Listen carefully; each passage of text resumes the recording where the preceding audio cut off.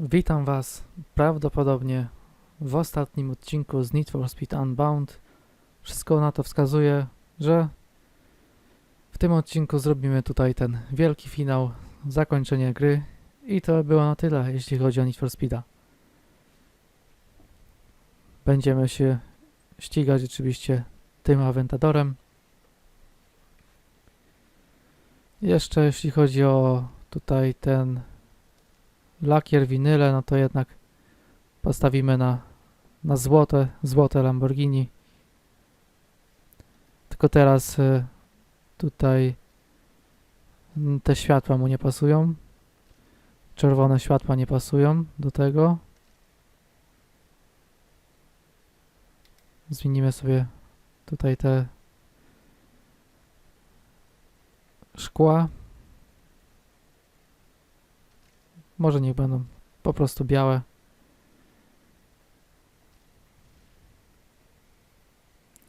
I okej, wszystko gotowe. I jeszcze, być może, no nie wiem jak tu wygląda ten finał. Nawet jeśli wszystkie, znaczy te poprzednie klasy by były używane, no to Eclipse jest tutaj zmaksowany, jeśli chodzi o klasę A. A plus to BMW, S to GTR i S plus to Aventador. Także jedźmy już tam. Jedźmy na ten finał.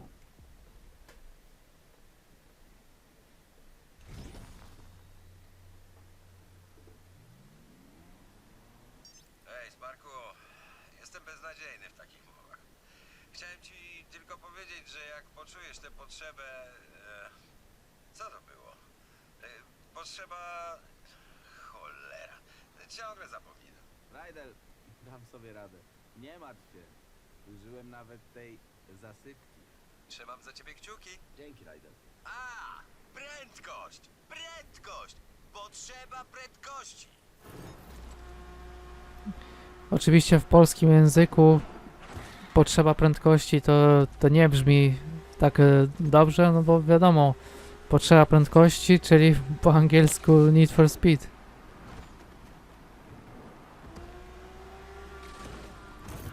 Jesteśmy już na miejscu. Może jeszcze jakaś cutscenka będzie przed tym wszystkim.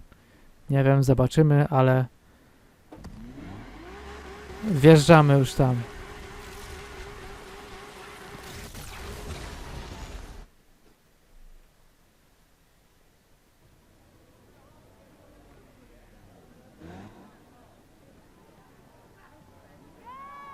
Kto się dzisiaj wzbogaci? Co? Ty? Ty, gościu? O, ty, gościu? Woo! Kto ma wiedzieć, ten wie! Jej! Hej. Zdaje się, że Alek już mnie kimś zastąpił. Ja też wyglądałam tak głupio? Tak, absolutnie. Wydają fortunę, żeby nas powstrzymać. Co zrobimy, jak się uda? Sam nie wiem. Zbierzemy ekipę, ocalimy świat, wrócimy do domu, wypijemy piwko, pogadamy o rodzinie, zrobimy grilla. To samo co zawsze, tylko trochę inaczej. Pokażmy im, jak to się robi w Lakeshore. Hej. Przy okazji. Muszę ci powiedzieć, że żałuję. Masz rację, miałam 2 lata, żeby to naprawić i nie naprawiłam. Jas, posłuchaj. I tak ci odbiorę ten wóz. Nie myśl, że jak się popłaczesz, to ci odpuszczę. Popłaczę? Lepiej pomyśl o wyścigu, zamiast kłapać tym dziobem. Dobra, cisza! Cisza, cisza! Zaczynamy! Sprawdźcie miejsce startów telefonem. Uważajcie, gliny wiedzą, że coś się dzieje. Będą na mieście. Ale to was nie powstrzyma, prawda? Hej! Już czas! Na lęk! Show! Grand! Przypał. Wiesz co? Ważne, żebyśmy to wygrali.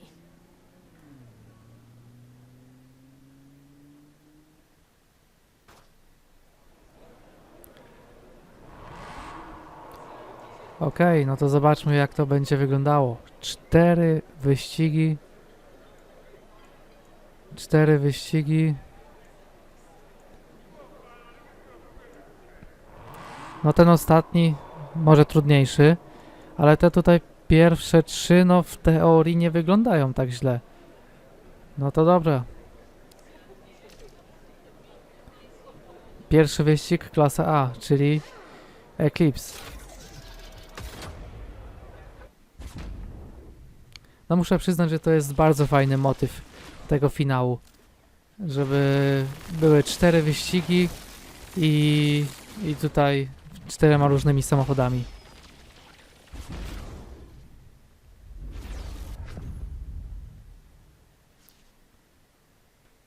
Kogo my tutaj mamy? No Bias się też będzie ścigała. No sami myślę tutaj najlepsi. Jest też Justicia. No nie to, żebym coś miał na myśli, ale no dobrze sobie swoim tym Nissanem radzi. Jest praktycznie w każdej klasie.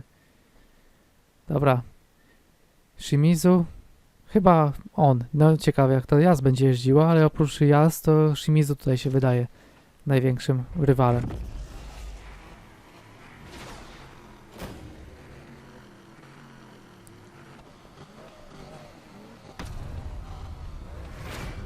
Ale co, ja mam się ścigać z nią tutaj w tej samej klasie, tym Eclipsem? Nie. Gwóźdź, zaraz ci pokażę, jak się ścigać.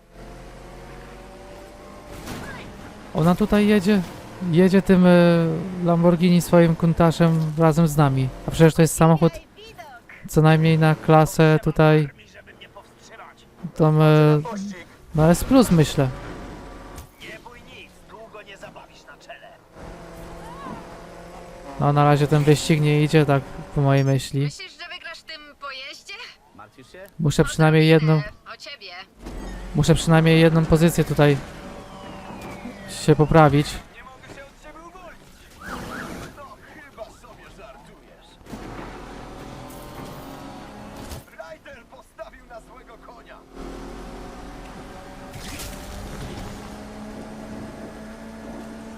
Na razie mamy 4. miejsce. To nie jest źle. Na pewno tym dojedziesz? Nie pracowałaś przy tym, więc tak. Cel stuknął w nasz wóz. Co za gnita. Ostatnie okrążenie, czyli 2 okrążenia mamy. No jesteśmy już tylko my dwoje. Jednostka przechwytująca na miejscu. No przynajmniej teraz jestem daleko od eliminacji. Drużyno, dołączamy do pościgu. Lyrik przez chwilę był Dziwię się, ostatni, że wciąż jesteś w grze. Myślałam, że nie wytrzymasz. Trzymam się i to mocno, jeśli to sugerujesz. ale teraz już awansował. No policja tutaj próbuje mnie spychać. To naprawdę bolało. Gdzie ta meta? Ja już bym się chciał przesiąść w coś szybszego. No, teraz tutaj zwolniła dosyć wyraźnie. Nic o moich szansach? Wybacz, nie mam czasu. Mogę znów cię zignorować? Teraz Jas trochę zniknęła i to dosyć mocno. Nie mam zamiaru z tobą przegrać. A i tutaj policja we mnie wpadła. 2 do mnie dojechało. Ci kierowcy za nic nie potrafią jeździć. No nie będę może pierwszy na mecie, ale przynajmniej spokojnie się zakwalifikowałem dalej.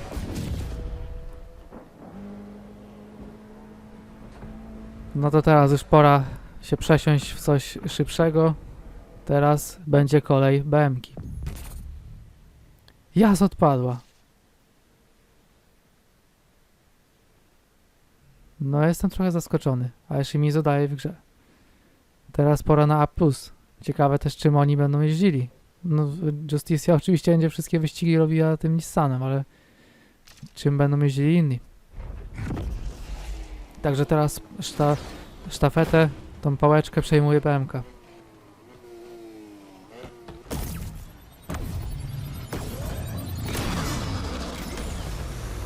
Przegrać ze mną to żaden wstyd. Start wyszedł. No to teraz jedziemy. Chciałabym, żeby po prostu dali nam się pościgać. Centrala, ścigamy podejrzanych. Jednostka przechwytująca dołącza do pościgu.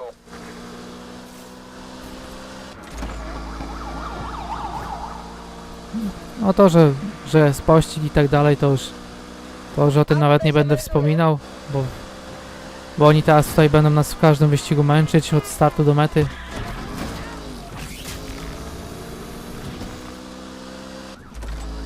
Patrol ściga cel. Mam czas, żeby cię wyprzedzić. Póki co jest naprawdę nieźle. Zdecydowanie łatwiej niż poprzedni wyścig. Jednostka przechwytująca przyłącza się do pościgu. Ale trzeba będzie uważać na tą policję. Bo oni na pewno tutaj mogą przeprowadzać takie szaleńcze ataki, którymi mogą mnie tutaj nawet i no, postawić bokiem.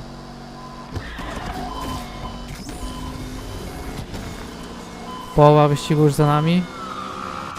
Cel właśnie się w nas wbił. Próbuję wyprzedzić cel i go spowolnić. No nie wiadomo co oni tu będą kombinować. Dwie korwety z przodu. Jedna się rozbiła. My też gonimy cel. Druga też się rozbiła.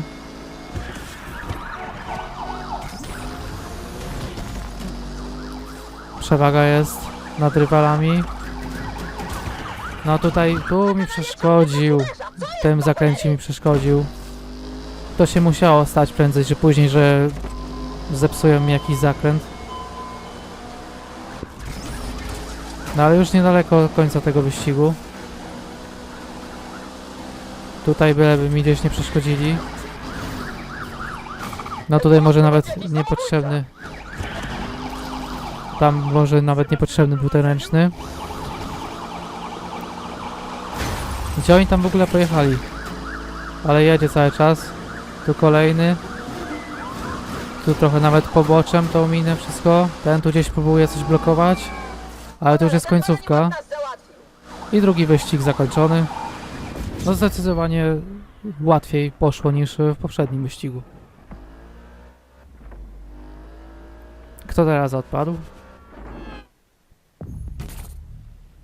Justicja odpadła. No to teraz pewnie też jakaś jedna osoba odpadnie. Shimizu, Meduza i Lyric. Szczerze mówiąc to wolałbym, żeby teraz Shimizu odpadł w tym wyścigu. Bo jednak kiedy wsiądzie do La Ferrari, to wydaje mi się, że on będzie największym przeciwnikiem. Pora na trzeci wyścig. Teraz pałeczkę przejmuje GTR.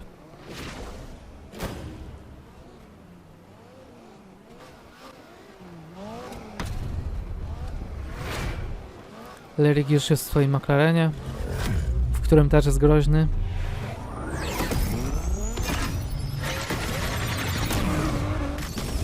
Delikatnie za wcześnie wcisnąłem gaz, przez co nie miałem idealnego Sygnał startu. powiedzianych. Okej, dobra. Jedziemy z tym koksem. Do wszystkich. Jednostka przechwytująca na miejscu. Ten wyścig też jest krótki, bo te procenty tej trasy upływają naprawdę szybko. Tutaj ten ciężki... No nie, tylko nie on. Ten ciężki to dopiero będzie problem. Presja nie do zniesienia. Czasami trzeba się uczyć. A i straciłem tutaj dwa miejsca. Tutaj kolizję. Jednostka Co przechwytująca. tu się w ogóle teraz Wypadamy z działo? gry. Odzyskałem prowadzenie, no ale w jakim sposób? Tutaj dwie potężne kraksy mieli przeciwnicy.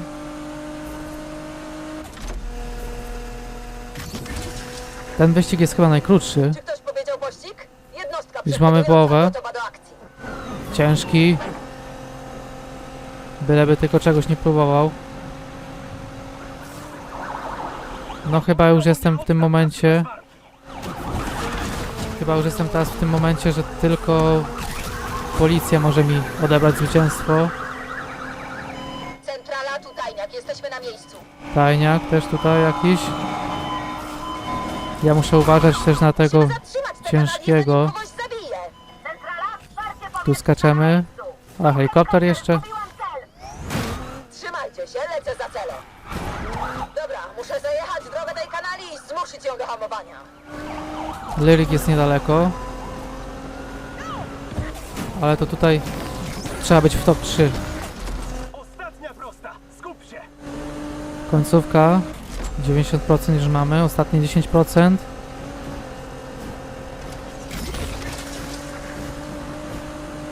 Byleby tutaj też jeszcze tylko nic się nie wydarzyło. I się nie wydarzy. Mamy trzeci wyścig. I chyba Shimizu odpadł. Tak mi się wydaje.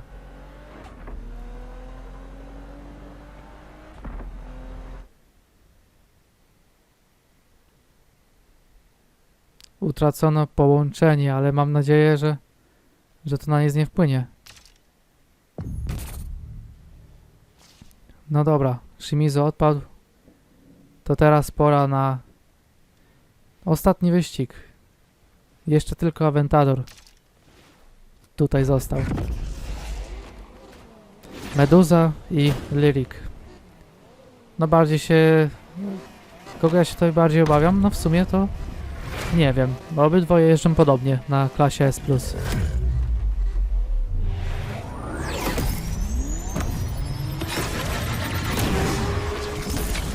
A start nie wyszedł.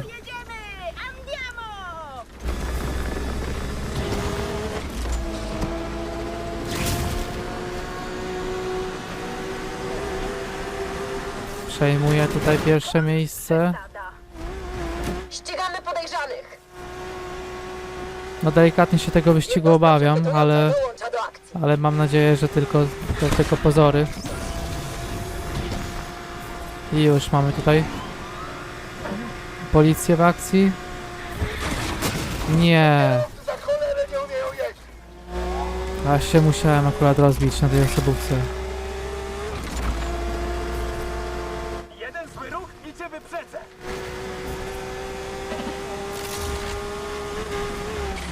Nie martw się, nie będę się gniewał. No nie zrobiłem tego specjalnie, ale Rika tutaj wyeliminowałem.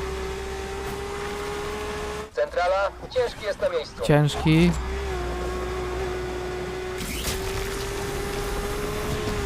Drużyno, dołączamy do pościgu.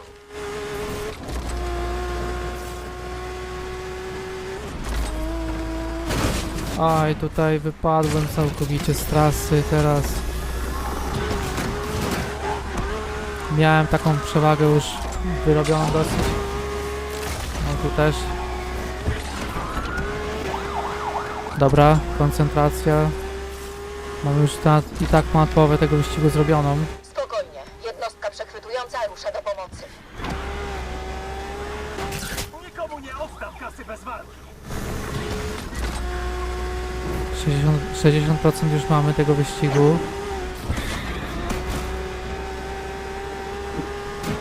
No oni troszkę są z tyłu.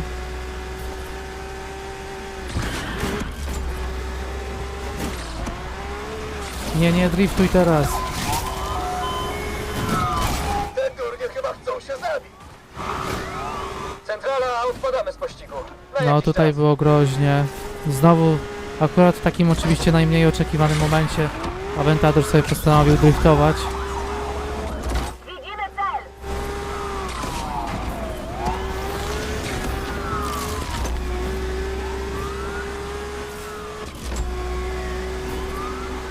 Tu helikopter, zgubiłam cel. Tylko niczego nie skrzaj. A, ta kanalia chce nas zabić. 90%. Centrala to Oni jest są daleko. przechwytująca. My też gonimy Jeszcze cel. tylko tutaj ten jeden. Tu kolejny. Ostatnie metry. Możemy kontynuować. I jest. Udało się. Wszystkie 4 wyścigi wygrane. I zobaczymy, co się teraz będzie działo.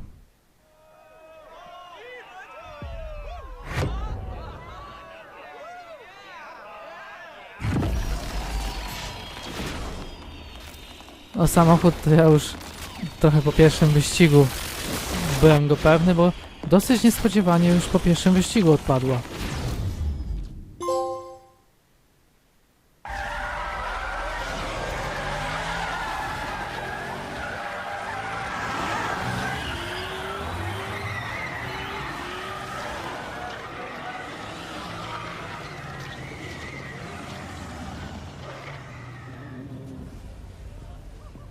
Jas! To było genialne! Udało się! Uhu! Każdy lubi niespodzianki. Ach tak? A jak tam Alek? spłukany dzięki tobie. Nie łapię. Czemu cię to cieszy? Dałam ci do zrozumienia, że pracuję dla Aleka? Ile razy mam ci powtarzać, Speedy? Nigdy nie stawiaj na jednego konia. Kiedy wygrywam, wygrywam. Kiedy przegrywam, też wygrywam. Zapamiętaj to, Jasmine. Lojalność jest przereklamowana. Nie. Nie jest. Ej, ziomek, podrzucisz mnie. Ej! Jest twój. Tylko ostrożnie. Ma większego kopa niż 2 lata temu. Kopa. Wiesz, Rydell chętnie by zobaczył, ile pracy w niego włożyłaś. Myślisz? No i ktoś musi odprowadzić mój wóz do warsztatu. Tylko się nie zgub.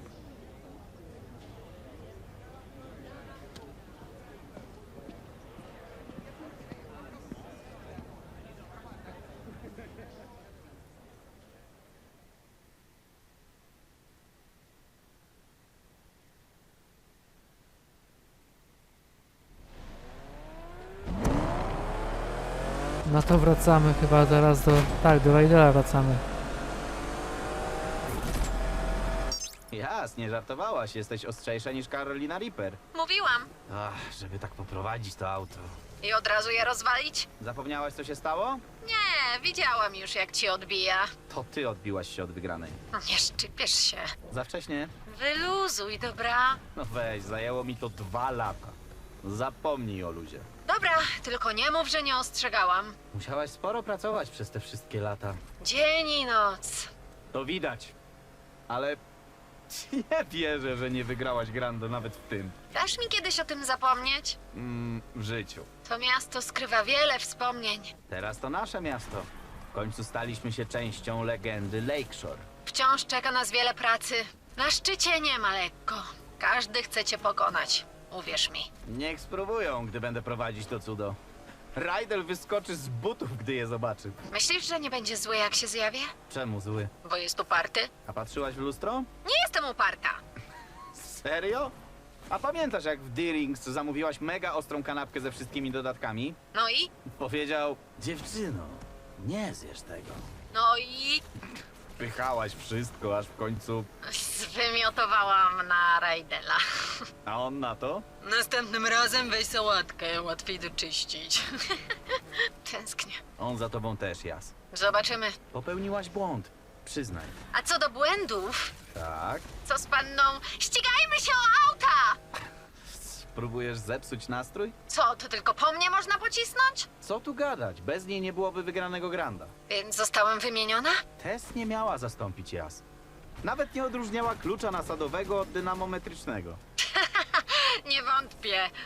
Za to odróżniała słodkie ziemniaki od batatów. To jest jakaś różnica? Nie wiesz, co zamierzała?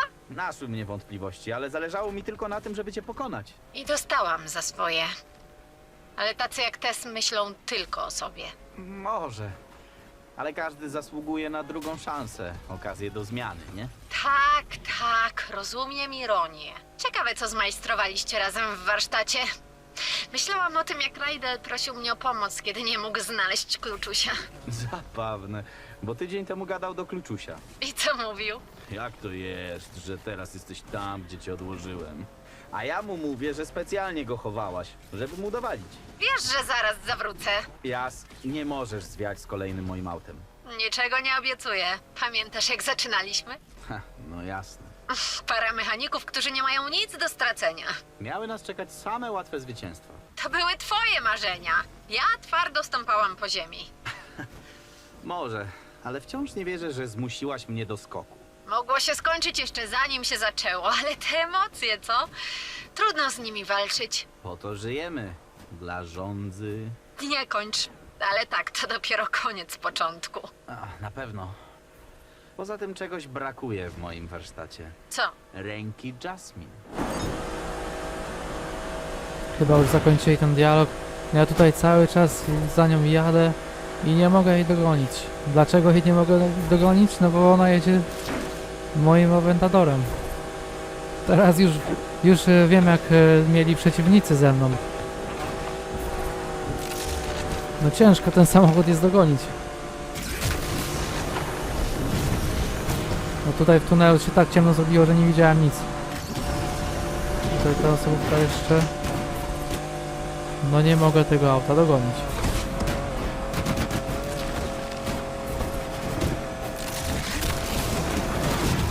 A i tutaj się jeszcze zwaliłem. Chyba już gdzieś niedługo będziemy na miejscu. Taką okrężną drogę sobie wybraliśmy, widzę, żeby dojechać na miejsce. Ja aż mam prawie zniszczonego tego kuntasza. Też muszę na to uważać. Jeszcze jakaś jedna poważniejsza stłuczka czy coś i to auto będzie rozbite, ale już chyba wydaje mi się, że już jesteśmy blisko. Tak, już jesteśmy na miejscu. No to do garażu, do Rajdela.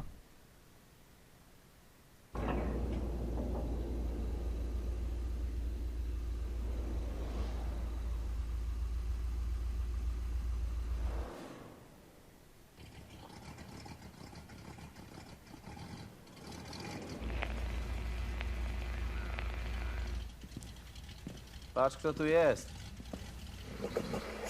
Wygląda ślicznie. Pachnie też. Rajdel, ja... Sprężarka zwalona. Gość próbował sam to naprawić. Mówiłem mu. Teraz muszę odkręcić to, co tu zrobił. Powinien był cię słuchać. Rzut na tyłku. Jak tam w Heights? Tak sobie. Wyjąłeś najpierw turbo? Od kiedy to robisz wszystko jak należy? No. Kiedyś trzeba zacząć.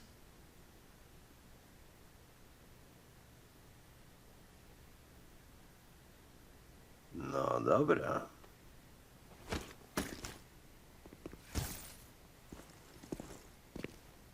Lakeshore, uważajcie.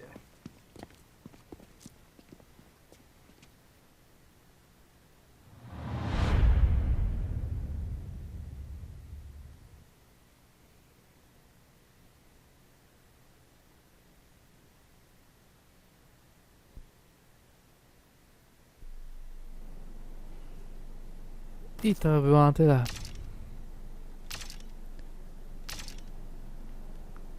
Teraz jeszcze pewnie tak, napisy końcowe. Street racing started in the street, right? So it's street. Hip hop is street. When you think about urban wear, which is skateboarding brands, which is called streetwear, it's all from the hood, and it doesn't necessarily mean it has to be a urban metropolitan or like hood. It's just for racing, for hip hop. Oh, as far as the correlation in hip hop, street racing, the big rims and shit like that. Spinners were made to try to cool down exhaust and all of that shit. We took it to hip hop in the early 2000s. All the ballers had spinners on their trucks and all of that shit, 24-inch rims. Even decking your car out. The car culture is really like essentially a street and hip hop culture. Struggle, that's what everyone comes from. So hip hop started from struggle. It was people who would take their parents' records, right? And they knew that in the beginning of this record is 10 seconds that the drum is just looping. What they'll do is put that on the Serato turntable, and then they'll loop that 10 seconds, and that's your beat. Then they'll take another record, put it on the other side of the turntable, and that gives you your percussions and your hi-hats. And then they just take a microphone and rap.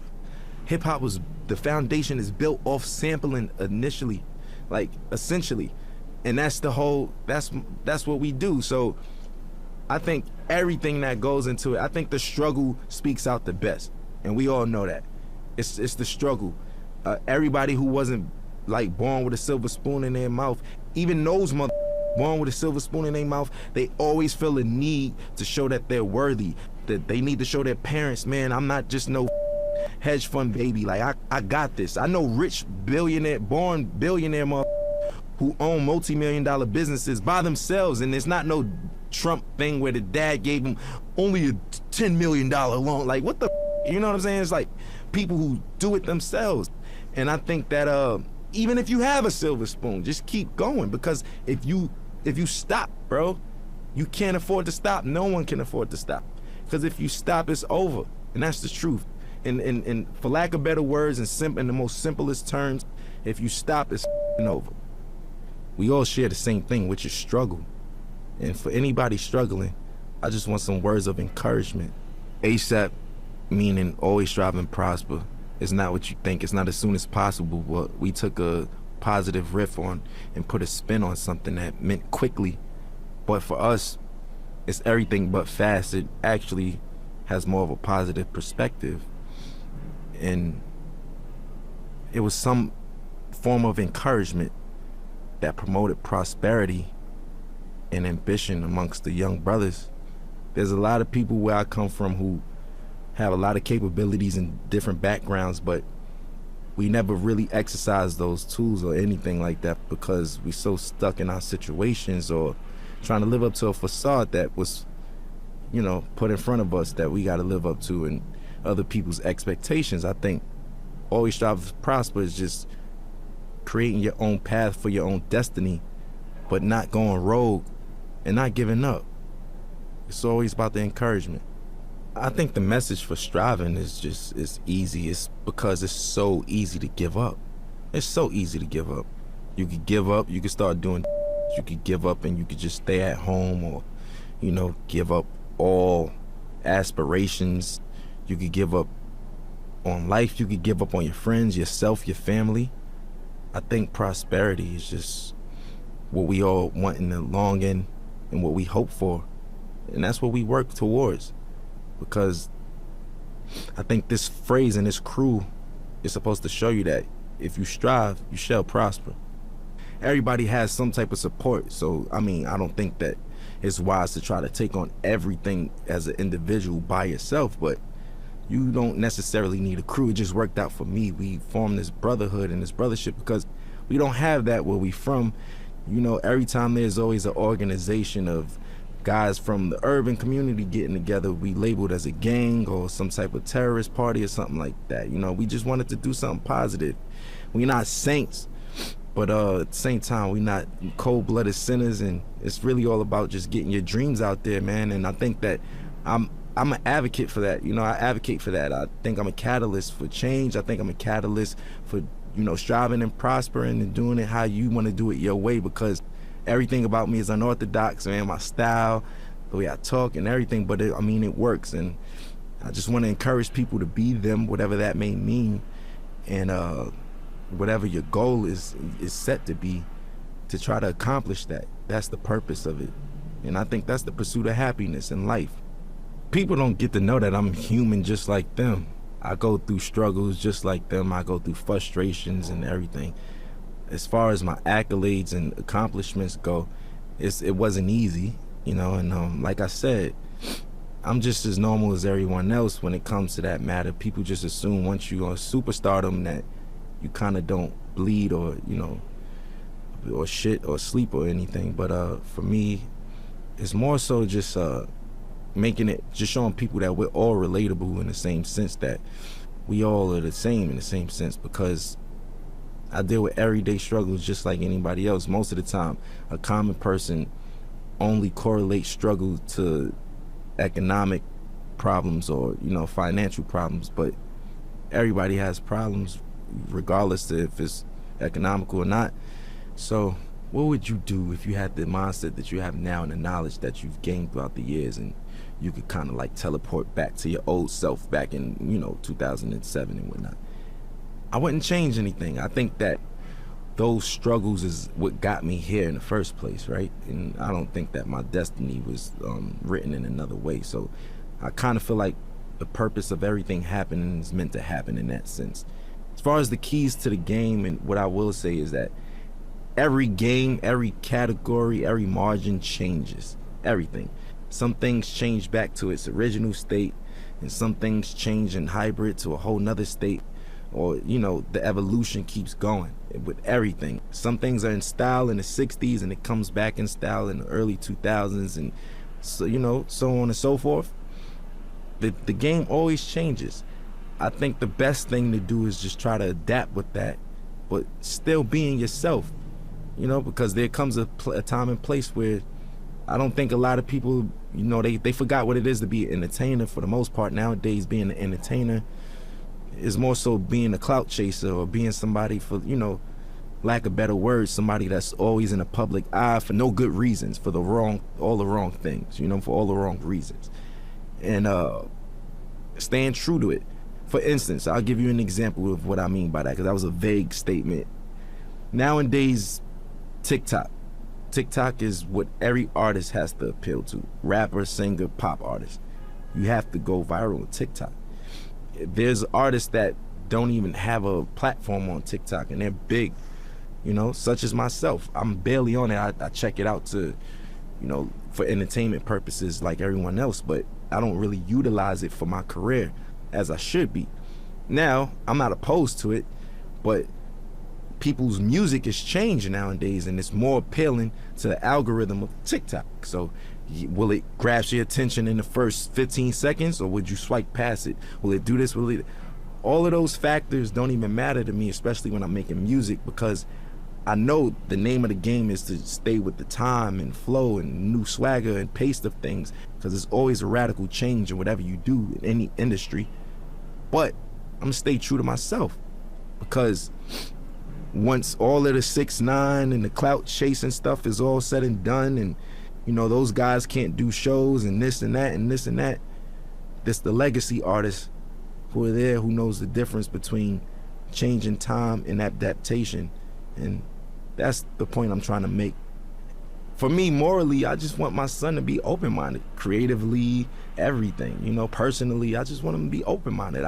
Nobody wants a bad seed, right? So we all pray for the same thing. I just want to have a normal child that expresses himself through his art or artistically, and, you know, something like his dad in that matter. You know, I want him to be free, man. Like, I don't want him to discriminate against people, prejudice, none of that shit, you know? None of that bullshit, man. My stage name isn't my real name, which is named after the God MC Rakim himself. I felt like that was like, if I was a basketball player, I got named Michael Jordan. You know, that's like somebody in this day and age being named Jay-Z or Kanye, like, you know? Like, that's what that's equivalent to. I felt those shoes were so big to fulfill. I felt like I needed to earn my right to even call myself that. Just me personally, internally, I felt that way. And I got his okay, and, you know, my nickname I got from Mos Def, Pretty Flacco. His is Pretty Flacco Bay. That's why yeah. So I get all my names from like rappers and stuff, and as long as I get the green light, I run with it, and I just try to make them proud within my legacy and lineage. Like, I just want to do the right thing and knock down doors that they never did, and accomplish things that they never thought that they could do. Because whoever comes after me got to do it bigger and better, you know, and that's all I want to do, is just make sure that we line it up for long legacy in this genre, man. We still strong, going on 40 years, man. We still here. I want to make everybody proud, you know? That's just me. I'm eager to do that. I want to make everyone proud, honestly, you know. And even you guys, just being able to say, I worked with that guy. You know what? I respect his shit. I like his shit. I'm proud of that kid. Like, I f with him. That's what I want. That's what I'm in it for. That's what I do it for. You know what I'm saying? And that's never going to change. I'm never going to be too egotistical to say, oh, you know, I'm richer than the rappers I was named after, and I did this and that, and I don't give a, you know. That's just whatever. You know, that's just not my motto. That's not my thing. It's not my swag. So for me, I just want to make everybody proud, because I'm a student and I'm always learning. And, you know, the gratitude from certain people and individuals and validation is what counts, you know. I grew up in a household of 4 siblings, but in general, there's 14 of us. And yeah, man, it's a lot of us, a lot of responsibilities. I'm the oldest, yeah, I'm the oldest from my pop's side, so my pops passed away, and here I am with my brothers, and I'm like a dad figure in that sense. So that's why I was like, I kind of been a dad for a while now, technically, you know. It taught me I was just a weird man. I was like different from all of them. I was a strange one, you know what I'm saying? Like I like the weird shit, like music that people wouldn't even suspect me to like. Like what kid you know like Bob Dylan and Buddy Holly and these motherfuckers and shit, you know what I'm saying? Like listening to Bob Marley and Buju Banton, and I don't know. I'm just do you, because where we from, it's supposed to just be, yo, I only listen to mother, you know what I'm saying? I only listen to hoodie rap. That's it. I'm a killer. You know what I'm saying? That's the attitude. But now it's just like, if you're not on that, you advocate for and all that. If not, it's just, you know, it's braggadocious shit. Not to say that I don't have that in my rhymes. That's just the culture we come from. But I think that there's more to me than just like that layer of just braggadocious, lackluster shit, you know, that everybody's doing. And the layers go way deeper than that, you know. And I want you to invent your own style, right? On top of that, your rapping capabilities have to be God level. And when I say that, I mean you got to be able to go on your index and pick different flows, different cadences, and you know. Also, I think what makes you a really, really, really dope MC today is when so many people from different backgrounds with you and can relate to you or listen to you, you know. And it's just like so many people speak to one demographic or target one demographic, but when you have that wide range of just different people and different backgrounds that come together and can agree upon like the body of work or just that artist in general, I think that's what makes you like God MC, and somebody who doesn't do the whole bells and whistles cheat code clout thing, like, you know. That's just it. I was on my way over here and I was talking to my boy, and we were just talking about how the kids are now like saying like, you know, Future had a way better album than Kendrick Lamar and nobody wanted to listen to Kendrick. And I was flabbergasted, like, what the, you know what I'm saying? Like, I'm trying to figure out what day and age am I living in that people's, like, granted, you could like Future over Kendrick, but where do you get off saying Kendrick is ass and his music is mid? Inspiration. That's what makes a dope MC. Look, if you can inspire motherfuckers and shit like that, yes. So individuality, rapping capability, a sign of development and being mature, and last but not least, inspiration, man. If you can inspire, you know what I mean, people from different backgrounds and all that shit, and reach on those people, that's what I feel like is like technically God MCs. You know, life throws you lemons. I make Sprite remix while everybody's drinking lemonade and shit. You know what I'm saying? Like, I just like to make the best of each situation. You can't stop, man. Life is gonna throw you lemons. There's gonna be days that you just feel like you can't even get out of bed. Today was one of them, you know. Everybody on the screen laughing and shit, but it's true. It's true though, you know. It's just like, it's one of those things where what keeps me going is the passion to create. I know that I feel like a genius, right? And I know that's some real self-centered shit to say. Within my own right, what I do, I feel like I mastered a lot of the things that I do. And within those margins, I feel like I'm a genius in that realm. And I wake up every day for change, man. I want to invent something new. I want to design something new. I want to say something new. I want to direct something new. I want to write something new. I want to do something that's going to inspire older than me, younger than me. You know, that's why I want other my age or younger or older to do the same thing. Keep it going. We all got to be inspired, man. You know, it's just like, I'll use this for example. Like, if Need for Speed gave up, they would have gave up a long time ago, because we got Grand Theft Auto, we got Gran Turismo, we got this, that. What the does that mean? I don't have nothing to do with Need for Speed. You get what I'm saying? I'm trying to make an analogy connect out of this, but you get what I mean? You still keep going, and we gonna make the best out of it. You make the best out of it, not saying, oh, we making the best out of a shitty situation. No. I'm saying you make the best out of what the best is, you know, and that's what I want to do. And that's what gets me up every day. My folks in there could tell you, every day my conversations, when I was 16, where the hoes at? Where the bitches at? Where the girls? Yo, you going shopping? Oh, I ain't got no money. No. That was it. Now, What's the new designs? Yo, did you see this video? Look, we should do this. Hey, this would be dope on stage. My boys give me, like, that's just where I am now, and that's what wakes me up. I hope I'm not being too boring right now, but it's the truth.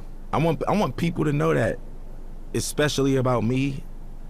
I have insecurities, I have obstacles, I have ambitions, and I have failures, just like everybody else, just like all of us. And best part about life is waking up to be able to accomplish it again and do better. And that's it for me, man. And I know it sounds positive, and that's the truth, though. And I hate to sound so boring and shit, but it's the truth. You feel me? Like, that's it, man. That's what we in it for. And I want to encourage the young motherfuckers and people who even from other cultures that just get into the culture. It's never too late.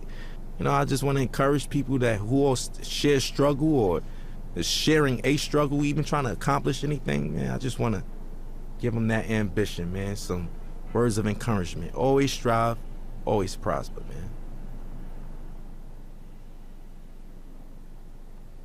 No, nareszcie. Skończyła się ta jego mowa końcowa. A w sumie to dobrze gadał, ale to wątpię, żeby ktokolwiek to tak całe wysłuchał, co miał do powiedzenia. No to dotarliśmy do końca. Need for Speed Unbound zakończony.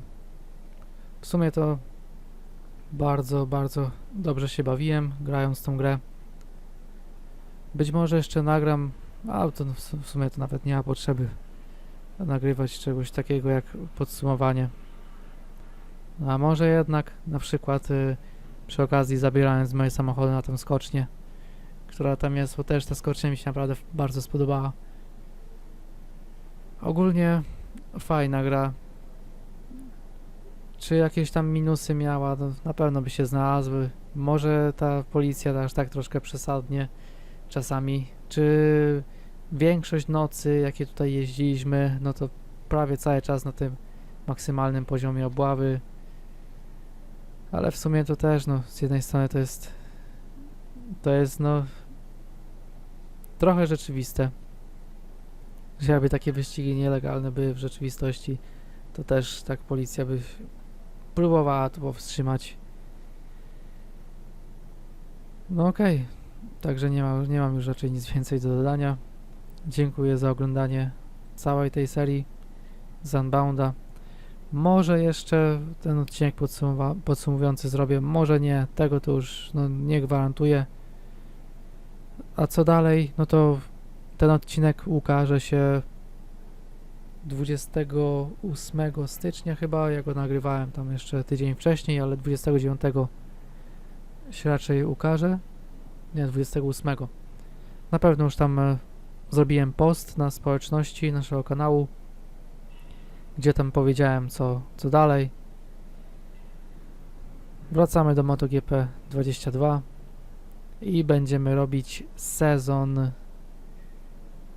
tak jak robiłem Fabio Quartararo, tylko że oczywiście innym zawodnikiem i też trochę inny rok. Nie będzie to sezon 2022, tylko sezon 2009.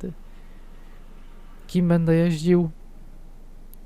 W jakim celu będę ten sezon robił? No do tego już się wszystkiego dowiecie, kiedy rozpoczniemy ten sezon 2009. No a za całą tą serię i ten odcinek dziękuję bardzo i do zobaczenia w kolejnych seriach.